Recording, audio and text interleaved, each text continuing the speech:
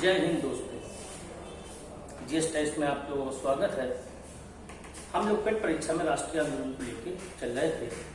पिछले वीडियो में हम लोगों ने 1924 तक के घटनाक्रम देखे। आज हम लोग उसके आगे देखते हैं।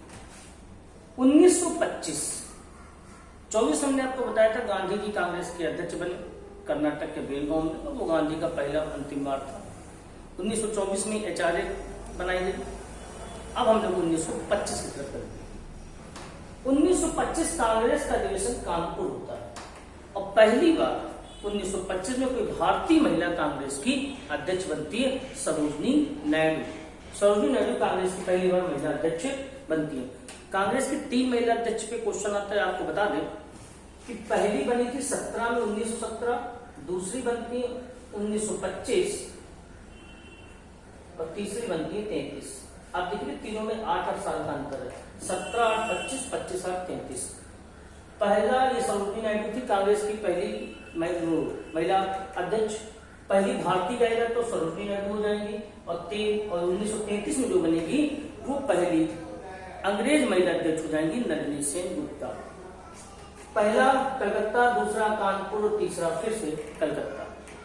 शहर 2 कलकत्ता, 1 कानपुर।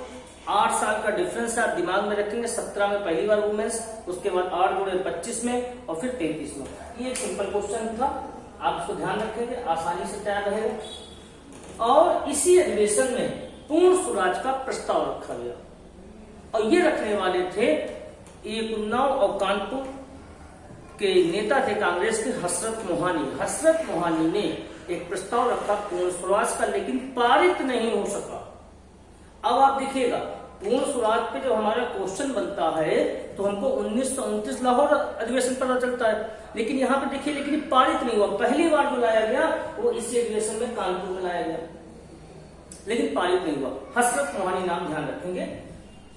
अब आगे घटनाक्रम में 9 अगस्त 1925 को काकोरी भी होता है। इसी वर्ष काकोरी हमने बताया था एचआरए के जो बनाई गई थी, उनको धन की आवश्यकता थी और उस धन को कलेक्ट करने के लिए उन्होंने एक कांड किया, काकोरी ट्रेन डकैती। अभी उत्तर प्रदेश सरकार ने उसको काकोरी ट्रेन एक्शन कर दिया है, उसका नाम परिवर्तित किया गया है। 9 अगस्त 1925 काकोरी। आपको बता दें काकोरी कांड में उत्तर रेलवे के सहारनपुर संभाग लखनऊ सहारनपुर के बीच में जो पैसेंजर ट्रेन चलती थी, ट्रेन का नाम था एट डाउन ट्रेन का नाम था। इस एट डाउन में इनको पता चला, एक टिप मिलती है कि 8,000 रुपए का खजाना है, खजाना 8,000 का, तो उसको लूटने का प्रयास किया गया।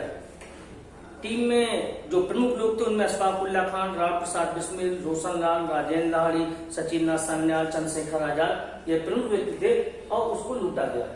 इसमें 29 लोगों को गिरफ्तार किया गया, जिसमें 4 लोगों को फांसी दी जाती है और उसके बाद जब 4 लोगों को फांसी दी गई और 1 लोक मनोहर गुप्ता को आजीवन कारावास दिया जाता है। अब आप समझे यहाँ पे 9 अगस्त 1925 को लेकर जो क्वेश्चन बनता है सबसे ज्यादा फांसी को लेकर बनता है। जो 4 फांसी दी गई, देखिएगा थोड़ा सा क्यों ध्यान रखेंगे, तैयार रहेगा।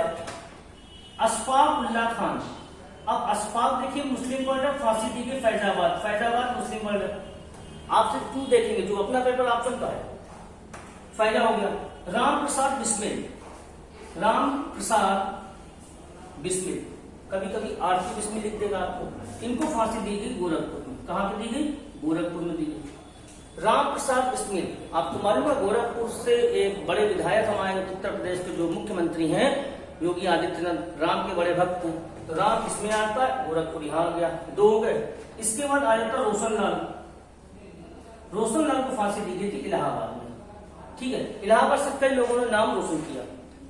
अमिताभ बच्चन इलाहाबाद से थे, जवाहरलाल नेहरू इलाहाबाद से थे, उत्तर प्रदेश का पहला जो विद्यालय खोला गया विश्वविद्यालय वो भी इलाहाबाद में ही था। तो आपका क्लू हो गया। अब एक बचेगा राजेंद्र लाहड़ी। अगर 3 आपको तैयार है 4 में से तो आपका ऑप्शन कभी गलत नहीं होगा। इनको फांसी दी गई थी गोंडा में। सबसे जो महत्वपूर्ण क्वेश्चन बनता है वो यही एक क्वेश्चन बनता है यहाँ पे जाके, फांसी वाला। अभी पिछले एग्जाम में पूछा गया था, आरओ में पूछा गया, पीसीएस में भी पूछा गया।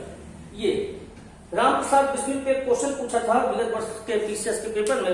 वो कौन सा क्रांतिकारी था जिसने फांसी के वक्त कहा था मैं अपनी माँ का दूध पीना चाहता हूँ। इनको फांसी से पूर्व दूध दिया गया, उनका मैं दूध नहीं पीऊंगा, अब मैं सिर्फ अपनी माँ का दूध पीऊंगा। ये रामप्रसाद बिस्मिल।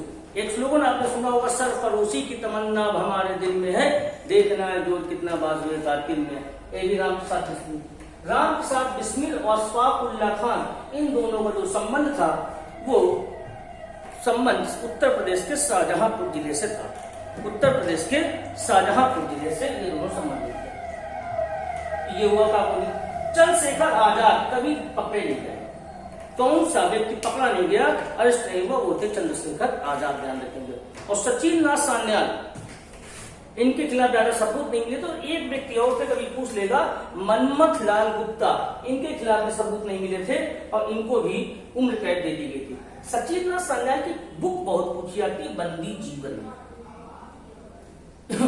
बंदी जीवन, ध्यान रखिए, बंदी जीवन किसकी बुक है, तो सचिन नाथ सान्याल की बुक है। ये अक्सर पूछ लेता हमसे।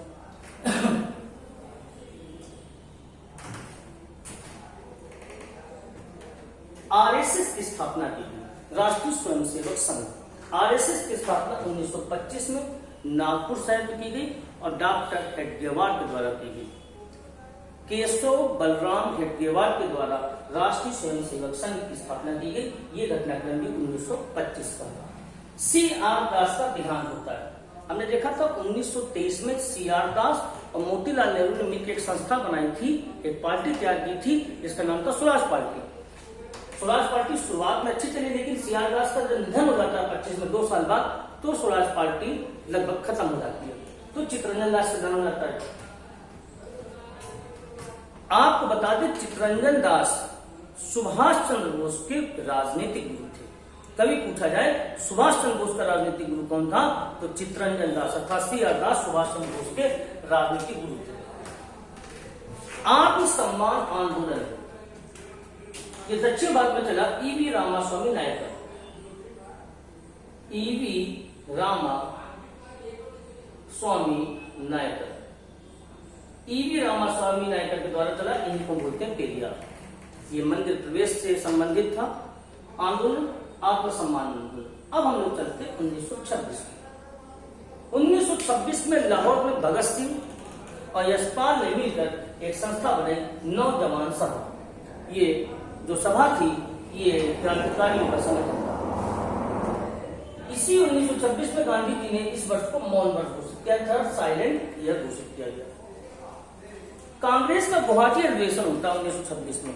कांग्रेस के गुवाहाटी अधिवेशन में खादी की अनिवार्यता बता दी जाती है। किसके लिए? कांग्रेसी जो नेता है वो खादी अनिवार्य रूप से पहने। 1926 के बाद आता 1927। साइमन कमीशन की नियुक्ति की जाती है 1927 में 8 नवंबर। भारत सरकार अधिनियम 1919 की समीक्षा करने के लिए 10 साल बाद इनको भेजना था फिर से कोई एक्ट, लेकिन ब्रिटेन में चुनाव होने थे तो लगभग 29-30 में जिसको बनाना था उसको उन्होंने पहले ही बना दिया और 27 में साइमन कमीशन गठन कर दिया। साइमन कमीशन में 7 लोग थे, ध्यान रखिए, 7 सदस्य थे साइमन कमीशन में। और साइमन कमीशन में उस समय इंग्लैंड में जो 3 पार्टियां थी, लेबर पार्टी, लिबरल पार्टी और कंजर्वेटिव पार्टी, ये तीनों पार्टियों के सदस्य शामिल थे, लेबर, लिबरल और कंजर्वेटिव। जॉन साइमन इसके नेता थे, यानी नेतृत्व कर रहे थे, इसलिए इस कमेटी का नाम रखा गया ये साइमन कमीशन। इसको श्वेत कहा गया, सभी गोरे लोग थे। ऐसा कहा जाता है कि इरविंग की इच्छा अनुसार इसमें किसी भी भारतीय को शामिल नहीं किया जाएगा साइमन कमीशन में। साइमन कमीशन बनेगा 27 में, भारत पहुंचेगा 28 में। ये बात आप ध्यान रखेंगे। भारत इसकी पहुंचने की डेट होगी वो फरवरी 1928 में भारत में ये प्रवेश करता है। साइमन कमीशन का भारतीयों ने जंग के विरोध किया, लेकिन कुछ ऐसी पार्टियां भी थीं जो साइमन कमीशन का साथ दे रही थी। जैसे हम बताएं, मुस्लिम लीग में 2 गुट थे। मोहम्मद अली जिन्ना का जो गुट था वो तो विरोध कर रहा था, लेकिन जो सफी गुट था वो साथ दे रहा था। पंजाब की यूनियनिस्ट पार्टी, मद्रास की जस्टिस पार्टी, ये भी साथ दे रहे थे साइमन कमीशन का। भाई कुछ लोगों को था कि अंग्रेज साइमन कमीशन लाएंगे, अगर कोई बात होगी तो हम उनके साथ खड़े हैं। हर समय हर तरीके की मानसिकता के लोग रहे। तो ये साइमन कमीशन का कुछ लोग साथ भी दे रहे थे। कांग्रेस की बात करें तो कांग्रेस इसका विरोध कर रही थी। अच्छा, इस समय तक कांग्रेस के पास कुछ बड़े नेता आ गए थे। इनका कहना यह था कि साइमन कमीशन अगर भारत के लिए कानून बनाने हैं तो भारतीयों को शामिल करो। इस समय भारत के जो सचिव थे वो बर्केनहेड थे। बर्केनहेड ने कांग्रेसियों को चुनौती दे डाली और चुनौती ये दी कि अगर ठीक है आप लोग इतने काबिल व्यक्ति हो तो एक हमको संविधान बना के आप लोग दिखाओ, लेकिन ये ध्यान रखेंगे आपके यहाँ जितनी भी राजनीतिक पार्टियां हैं, जितने भी दल हैं, इन सबसे सहमति होनी चाहिए। ये जिम्मा सौंपा गया मोतीलाल नेहरू को और ये कहलाएगी जाके नेहरू रिपोर्ट। नेहरू रिपोर्ट में 9 लोग शामिल थे। नेहरू रिपोर्ट आप ध्यान रखेंगे, भारतीय संविधान का ब्लूप्रिंट किसे कहा जाता है तो नेहरू रिपोर्ट को कहा जाता है। नेहरू रिपोर्ट बनाई गई और नेहरू रिपोर्ट जब रखी गई मेन मीटिंग में कि सभी लोगों की सहमति प्राप्त हो जाए तो उसमें विवाद खड़े हो गए। जिन्ना साहब बोले कि इसमें मुसलमानों के लिए कुछ नहीं है। उन्होंने 14 सूत्री बात कर दी, मांगे कि अगर ये 14 सूत्री मांगे मेरी मानी जाएंगी तो मैं इस पर कंसीडर करूंगा या नहीं विचार करूंगा। सिख भी कहने लगे हमारे लिए कुछ नहीं है, दलित भी कहने लगे। और मेन जो था इन्होंने क्या बोलते डोमिनियन स्टेट की मांग कर दी थी। डोमिनियन स्टेट की मांग कर दी थी। इससे अन्य जो कुछ कांग्रेसी तो वो भी नाराज हो गए। डोमिनियन स्टेट का मतलब था आप हमको उतनी पावर दे दो जितनी मुख्यमंत्री के पास है, प्रधानमंत्री वाली आप रखे हो, हम अपना चला लेंगे। यानी पूर्ण स्वराज की मांग नहीं की गई थी। कुल मिलाकर बर्केनहेड की जो चुनौती थी वो पूरी तरीके से सही साबित हो गई और नेहरू रिपोर्ट ठंडे रस्ते में चली जाती। इधर क्या होता है, साइमन कमीशन अपना काम करने में लगा था। साइमन कमीशन मुंबई पहुंचता है, मुंबई से दिल्ली पहुंचता है, दिल्ली से लाहौर जाता है। लाहौर साइमन कमीशन एक कमेटी थी 7 लोगों की, पुलिस प्रोटेक्शन उसको प्राप्त था। लाहौर सेंट्रल स्टेशन पर जब पहुंचा तो स्कॉट जो अधिकारी था पुलिस का वो उनको पूरी सुरक्षा प्रदान किए हुए था। स्कॉट के सामने भीड़ आ गई और उस भीड़ को लीड कर रहे थे लाला लाजपत राय। लाला लाजपत राय उसको लीड कर रहे थे, साइमन गो बैक के नारे लगा रहे थे और वहां पे स्कॉट लाठी चलाने का आदेश दे देता है।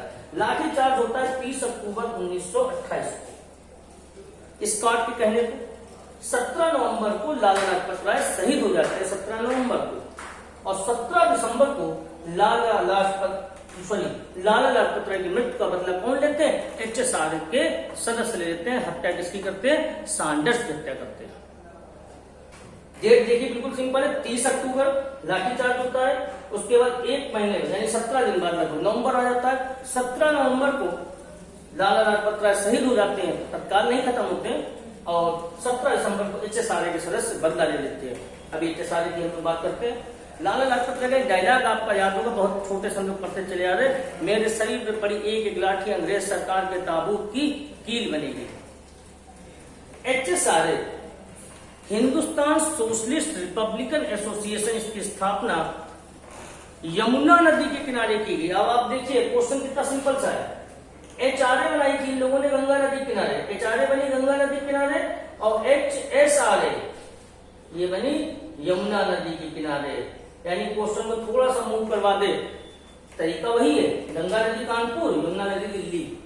HSRA कहां बनती? दिल्ली में फिरोज शाह कोटला में बनाई जाती। बनाने वाले चंद्रशेखर आजाद और भगत सिंह थे। इनका पहला उद्देश्य था कि लाला लाजपत राय की मृत्यु का बदला लेंगे। HSRA के सदस्यों ने पोस्टर बनाए थे और उसमें बोला था, पोस्टर चिपकाए थे कि हम बदला जरूर लेंगे।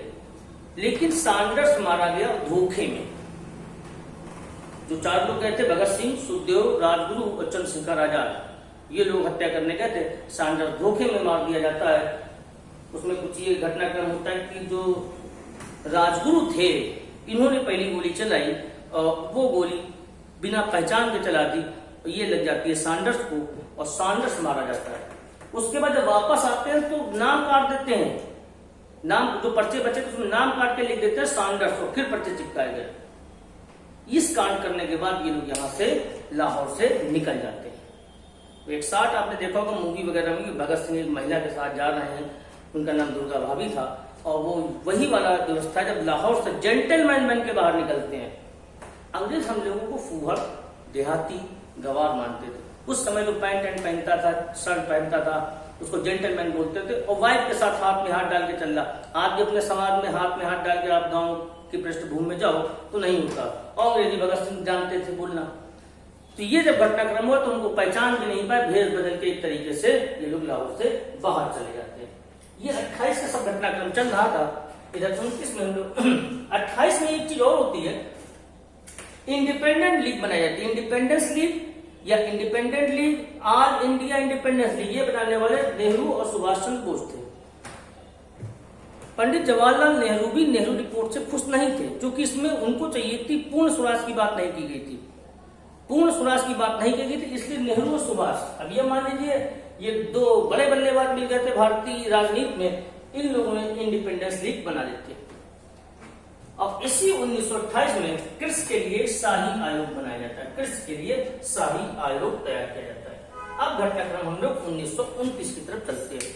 1929 की अगर हम बात करें तो कांग्रेस का लाहौर अधिवेशन पूर्ण स्वराज की मांग की जाती है, पूर्ण स्वराज, टोटल इंडिपेंडेंस, यानी 1885 में बनी हुई कांग्रेस 1929 में जाकर अपना टारगेट सेट करती है कि अब हमें पूर्ण स्वराज चाहिए। हालांकि स्वराज शब्द का प्रयोग आपको पता होगा 1906 दादा भाई नेहरू जी कलकत्ता अधिवेशन, ये बात उठ चुकी थी, लेकिन यहाँ पूर्ण स्वराज की बात की जाती है। यहाँ पर नदी कौन सी है?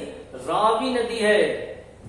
भारत के लिए पूर्ण स्वराज तो रावी नदी किनारे, और पाकिस्तान की मांग 1940 वो भी रावी नदी किनारे, यानी रावी नदी काम हो जाएगी, भारत को आजादी और पाकिस्तान की मांग।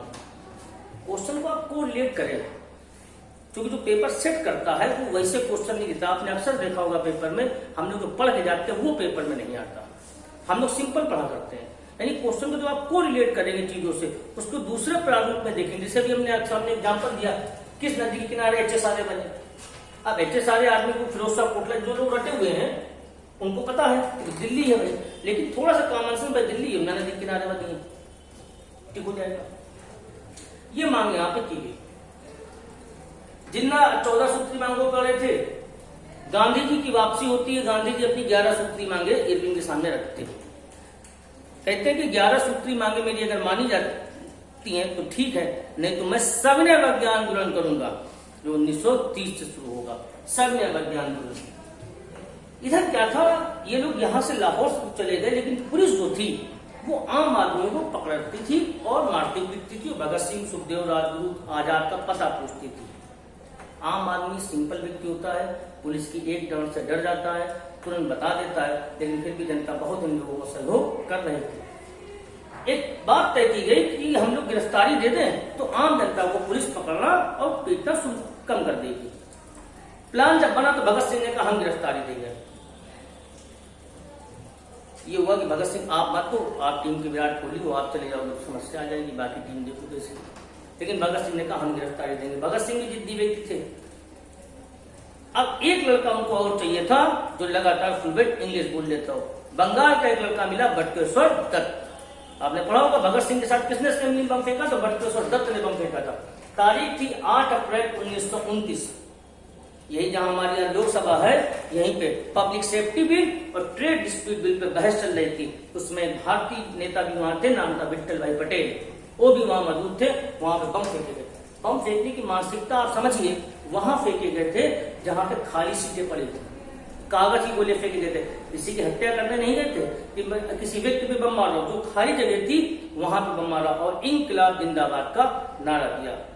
इंकलाब जिंदाबाद के नारे में कई बार पेच बनता है, आयोग भी अलग अलग चेक कर चुका है। ये फेमस तो भगत सिंह से होता है, लेकिन कहीं देखने को मिलता है कि हजरत मोहानी ने इंकलाब जिंदाबाद दिया था, कहीं देखने को आपको मिलेगा कि मोहम्मद इकबाल का था। तो मोहम्मद इकबाल प्रिफर करेंगे थोड़ा सा, और लेकिन हिट हमेशा भगत सिंह पे रहेगा।